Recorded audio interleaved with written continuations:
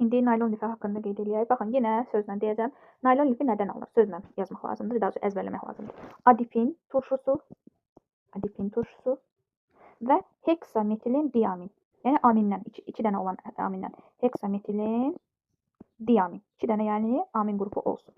Belə yazacağam. Adipin turşusu yenə əzbərləməlisiniz, bilməlisiniz ki, nədir? Adipində ortada 4 dənə metilin var. Baxın, bu artıq fikrimiz getməsin lafzana, biz onu CH4 qapalı yazırıq, amma həlqə də onu qapalı yaza bilirik. Burada isə CH2-lərdir. Yəni alkan kimi düşünün də, alkandakı metilin qrupudur. CH2, CH2, 4 dənə ardıcıl belə düzləsidir.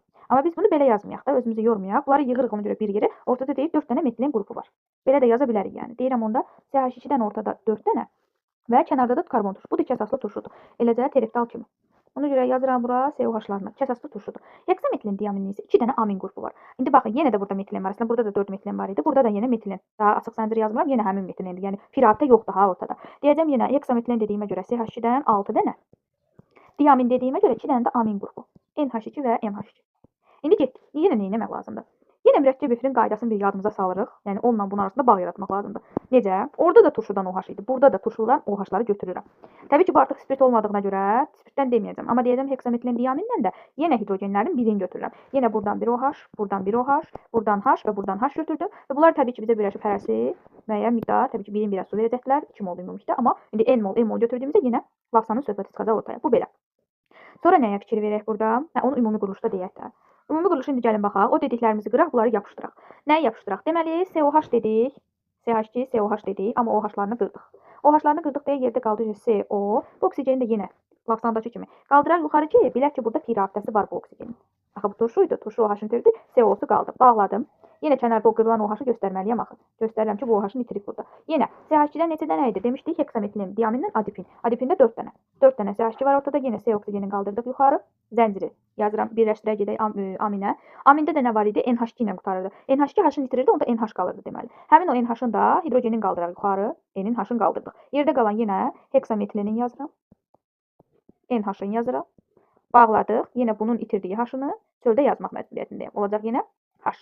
Bundan olacaq N sayda. Çünki axı bu mənim ortada yazdığım polimerdir. Yazdım ayıraq bunlardan. Bu polimerdir, manqamızdır. Çöldə qalanlar isə sudur. İndi yenə başda da bunlar uşaqlar lafzandakı kimi hərəsindən 1 mol, 1 mol, yəni 1 mol deməkdə M mol götürmüşdük deyə. M mol bizim manqadan alındı və 2N-1 də sudan alındı. Desəz niyə müəllim 2 mol yox? Çünki yəni 2N yox, bayaq əslində 2 dənə su çıxartmışdıq axı. Axı burada deyirik ki, bu OH-la H-ı burada saxlayırıq, bax ona görə. Yox, əgər saxlamasalar, yəni formula görsəz bunlar da artılıb. Onda 2N yaza bilərsiniz, hamısını qeyd edə bilərsiniz. Amma burada onlar yazılır deyə 2N sayda da -1 sayda da su çıxmış olacaq. Burada da yenə uşaqlar, baxın nələr soruşulacaq. Burada ən vacib metilin qrupunun sayı soruşulur. Neçə dənə metilin qrupu var? Və yaxud da yenə sp2 və sp3 hibrid orbitallarının sayı soruşulacaq. Baxaq yenə onlara da. Baxın, məsələn, burada görürəm nəyi?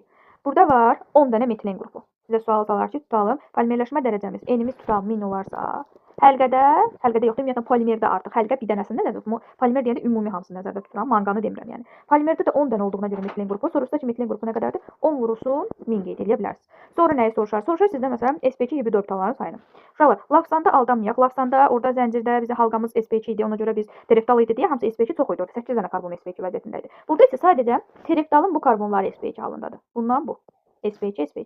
Qalan bu 10 dənə karbon var, bunlar və bunlar. Bunlar yenə sp3 hibrid halında qalıblar. Yəni bunlar doymuşdur. Məsələn, soruşsa sp3-lər nə qədərdir? Karbon sayı olaraq sp3 olacaq 10 karbon. Ümumi artıq orbital sayını çıxarsaq 4 vurulsun 10. Elədir bu 40. Soruşsa ki, daha doğrusu polimerləşmə dərəcəsi ilə verirsə, deyəcəm onda 40 vurulsun 1000. Deyəcək polimerdə nə qədər sp3 hibrid orbital var? Deyəsiz 40.000. Bax yenə deyirəm. Karbonun sayını soruşsa sp3 karbonun sayını 10-u vuracaqsınız 1000-ə. Hibrid orbitalların sayını desə 40-ı vuracaqsınız 1000-ə yəni. Bunlar onsuz da adi məsələlərdə də karbogenlərdə də düşürdü bilirsiniz. Karbonla hibrid orbital sayını qarışdırmayın. Sonra nə var burada? Azot sayı düşən deyil. Azot sayından elə də şey düşmür. Oksigen atomu yenə düşə bilər. Baxırıq, içərisində 2 dənə oksigen var. Biri burada, biri burada. Yenə deyərsiniz ki, polimerləşmə dərəcəsini 1000 versə, 2 vurulsun 1000, 2000 deyəcəksiniz. Sonra hidrogen atomu yaxşı deyək ki, soruşdu. Burada 2 dənədir. Azot atomu desə yenə də 2, 2, 2 gedəcəkdir. Bunlara baxarız. Daha doğrusu hidrogen atomu tipləri unuduram. 2 vurulsun 6, 12, 2 vurulsun 4, 8 də buradan 22 dənədir daha doğrusu hidrogen atomlarını qeyd eləyək. H-lar. Karbon atomlarının ümumi sayı elədir. 4, 6, 10 dənə. Buradan da ikisi 12 dənə. Onlardan ikisi sp2 qalanları 10 dənəsi sp3 hibrid vəziyyətində olacaq. Bax belə.